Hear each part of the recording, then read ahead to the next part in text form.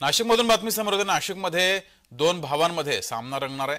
आगामी विधानसभा निवडणुकीच्या पार्श्वभूमीवर नाशिकमध्ये दोन भावांमध्ये सामना रंगण्याची शक्यता आहे। राहुल आहेर विरुद्ध केदारनाथ आहेर अशी लढत होण्याची शक्यता आहे।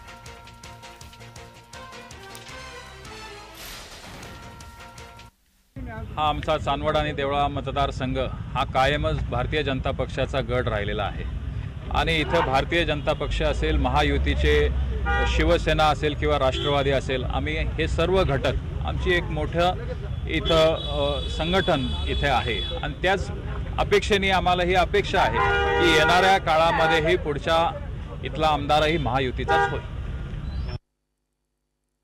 भारतीय जनता पार्टीचा युवा मोर्चाचा जिल्हाध्यक्षपासून तर भारतीय जनता पार्टीचा जिल्हाध्यक्ष म्हणून त्या ठिकाणी मी संघटनात्मक दृष्टिकोनातून काम केलेलं आहे, पक्षवाढीसाठी काम केलेलं आहे आणि 2014 आणि 2019ला त्यावेळेस मी थांबलेलो आहे, म्हणून यावेळेस 2024ला माझी निवडणूक लढवायची इच्छा आहे। पक्षश्रेष्ठींकडे मी माझी मागणी केलेली आहे।